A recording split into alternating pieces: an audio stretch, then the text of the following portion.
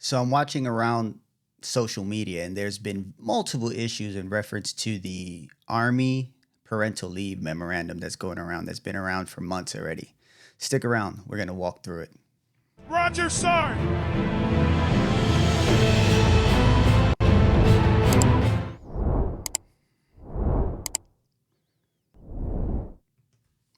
All right. So, first of all, welcome back to Rogersarnt, where we talk all things Army. I'm your host, Sarnt Cruz. Without further ado, we're going to talk about the Army Parental Leave Program, or the Army Parental Leave Memorandum that came out January 4th of 2023. First thing we're going to discuss is the actual how it's described in the memorandum 23-001. And then we're going to move into how to take parental leave, and then we'll move into the deferral parental leave option, and then we'll talk about what happens to unused parental leaves. Then we'll talk about for reason for extending parental leaves, and what happens in the unfortunate event such as a stillbirth and or miscarriage. Lastly, I'll pull up some small excerpts that I pulled from the article on military.com where Army Secretary Christine Wormuth addresses the issues that's going throughout the formations. And this is not the Army, this is military-wide, but we're discussing the Army. So the first thing that we're going to talk about, we're going to look at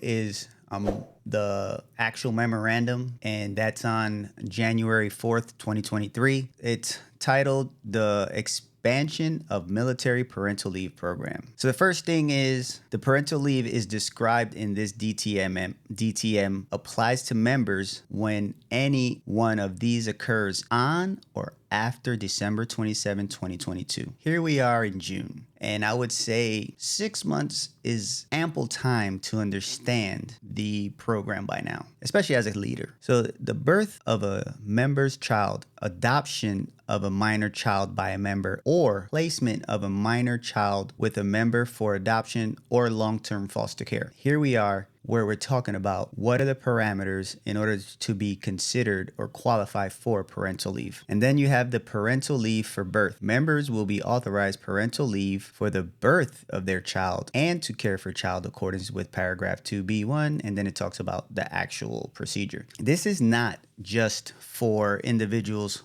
who are giving birth. For instance, if my wife gives birth, it's not just for us too. It's also if I adopt, if I'm going to do long-term or short-term foster care. It's not just giving birth. So that's the first thing we have to understand. And then we'll move into taking parental leave. So how do you take it? So members may take parental leave in one continuous period or in increments. Parental leave may be taken together with ordinary leave. So if I want to take my 12 weeks of leave, and then I want to come around and say, hey, can I also take another 3 on top of that? And the commander says yes, then I have that option. Member choosing to take parental leaves in one or more increments, it has to be in blocks of seven days for a maximum of 12 increments. So pretty much you can take 1 week a month for 12 months, and that'll be your 12 weeks worth. It further says if the commander disapproves the request, the member may appeal the decision through their normal service procedures. Now this is just if you're taking the leave in increments. So what it tells me is it would be preferred to take it in one swift motion versus breaking it up. And then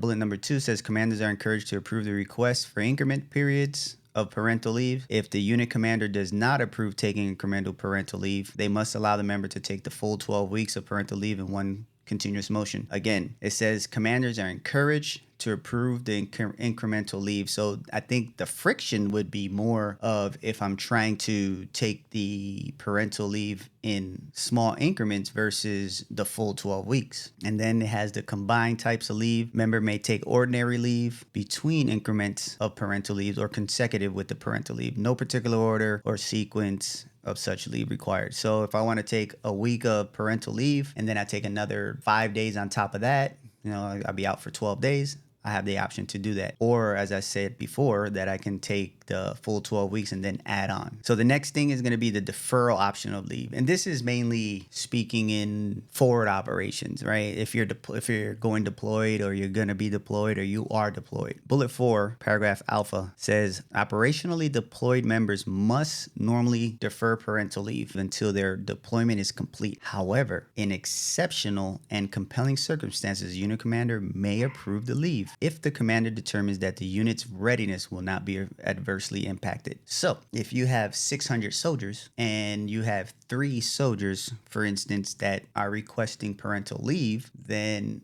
would that affect the combat readiness? I don't know. I would probably say no, maybe. Who knows? It depends on what position they're in, right? If it's an average Joe, I would say maybe not as much, but there are circumstances. We have to look at tanks, teams, and because if you have a tank and then you take one member away from that tank, especially the driver, then that tank platoon is now ineffective, right? Because they have to have a certain percentage of tanks rolling out in order for them to be combat effective. The good thing about having Joe is that you have 100 of them, but that kind of works for details and stuff. But when it comes to combat effectiveness, now we have to take a closer look. So it all depends on the mission. So these are things that must be thought of when we're in a forward environment and we're asking to take parental leave and we may be denied. You have to understand how pivotal your role is. Like, I'm a medic, and if I'm in a role 1 and I have all 34 of my medics, if one of my medics goes away, it doesn't hurt me as much because I still have the other medics. I have myself, I have my platoon leader, I have my PA, my doc, which are pretty much the most pivotal ones, and then I have my beds and I can man those beds and accordingly, right? So it doesn't hurt as much versus when you're talking about the combat side. So this is where the issue is when it's moving, when you're in a forward environment. Paragraph Bravo says members who are required to defer parental leave of such deployments may be authorized an extension of up to 1 year parental leave period as described in paragraph 6. So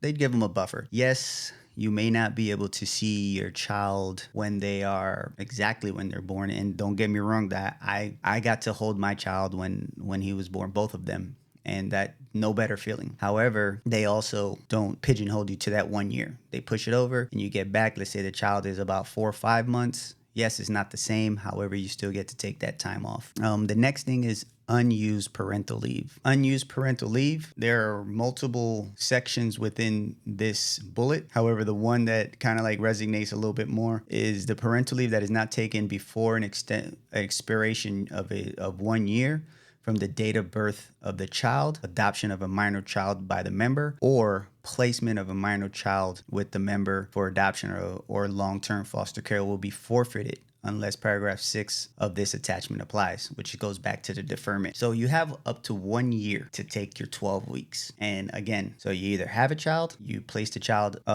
with adoption, or you're doing long-term foster care, right? Those are the 3 ways to get that. The next thing is going to be extension of the 1 year period. The extension of the 1 year period for parental leave, a member is authorized to take parental leave after 1 year period if they would ordinarily lose unused parental leave at the end of the year because of one or more of these conditions. So we're going to talk about the first 2. First one is a member's participation in a deployment and or military exercise for a consecutive period of 90 days or more within that year. And then the next one is going to be a member's attendance into the in-residence professional military education. So their PME, and it's longer than 90 days. So there are multiple reasons why the extension can be approved. Just know that there's a way, right? And it's in this memorandum. Another thing is, which is the most unfortunate, and I don't wish this on no one, is the leave following a stillbirth and or miscarriage. And this makes sense. Like, I'll read it. In the case when a member experiences stillbirth or miscarriage, the DLD healthcare provider may recommend convalescent leave in accordance with medical practice standards. Now, I'm gonna stop there for a second. There's more. I read I can't remember if it was on social media, and the soldier was only given maybe 2 days or something by the doctor, right, for convalescent leave. And it's a medical opinion and or suggestion, recommendation, and the commander complies with it or they don't. However, and the key point was the troop was upset, and I 100% understand that the troop was upset. There are avenues of approach to take care of grieving parents, and it's going to come here. It says, in such cases, neither the member nor the spouse is eligible for parental leave. However, either may be authorized emergency leave. Now, if you look under emergency leave is for immediate family. So this would be categorized under that because death of a child. So when you miscarry or have a stillbirth, you have it is a child at the end of the day. So you would take your convalescent leave that was approved, and then you would have to go into an emergency leave status. And although it's not the full 12 weeks, because the regulation is the parental leave program, and yes, it sounds a little harsh what I'm about to say, so please don't take this the wrong way. You would not be under the status of parent, right? You would be under the status of a death, and when there's a death in the family, you go under the emergency leave status. That's just the general way the Army looks at it, right? Don't get me wrong, your leaders are going to be very empathetic. I'm empathetic. Your command is empathetic. Everyone's empathetic for you. But for the actual purposes of the program, the purposes of the regulation, the purposes of what it was all put in place for, that's what we would fall under as troops in the event of this unfortunate event of stillbirth and or miscarriage. So for you troops that are in this position, first of all, my condolences. Second thing is, this is that this is what you need to know. Don't fight the parental leave program. Check into the regulation for the authorized emergency leave. Go into emergency leave status.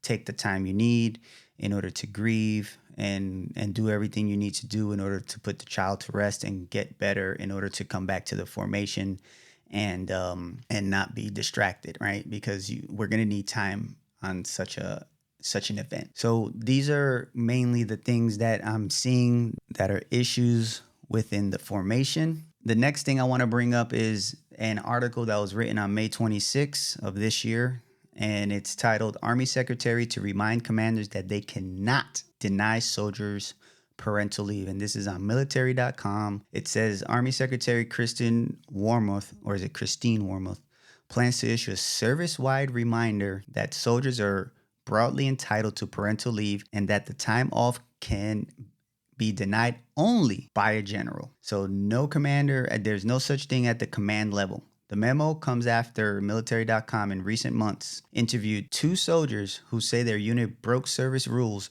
by denying their parental leave or otherwise making it difficult, or having them jump through unnecessary hoops when the new leave is effectively guaranteed. Other soldiers have also raised similar complaints on social media in recent weeks, which is what I'm talking about. Company level Army leadership has virtually no authority whether new parents can take 12 weeks of leave. The last part, it says, one spouse of the soldier told military.com in April that they would not have challenged their command's decisions to withhold or significantly delay parental leave due to fear of retaliation. The spouse said the soldiers was prepared to accept whatever service offered, whether it was in line with regulations or not. That doesn't surprise me not one bit. At the end of the day, when we talk about this parental leave program, it's imperative. I think it's one of the best things that the Army has done. It shows that we care. It shows that we're trying to kind of like pair off with the civilian world, which they're trying to also do. And many of these progressive countries are doing it, right? Let's say, for instance, I was stationed in Germany for about 9 years of my career. And I know for a fact that in the civilian sector, when a woman has a child, they're gone for up to an amount of months until they get back and their job is secure. We are doing the same. Let's accommodate and not make this difficult for all the troops. So, in conclusion, commanders and leaders must understand the intent. The next thing is soldiers must read and know their rights. And then the last thing is leaders have to adapt to change. We, as leaders, we must adapt to change. I hope you guys enjoyed this. I hope you learned a thing or two. Like, subscribe, comment. You can follow me on Facebook. You can follow me on TikTok. Follow me on Instagram at rogersarnt. If you want to email me with a suggestion, a topic, question, comment, concern, anything that you that comes to your head that you want me to know about, you can email me at rogersarnt@gmail.com. And again, I appreciate you guys. It's season 2, baby. Let's freaking go. And remember, you don't have to embrace the suck if you got the right tools in your ruck. Rogersarnt!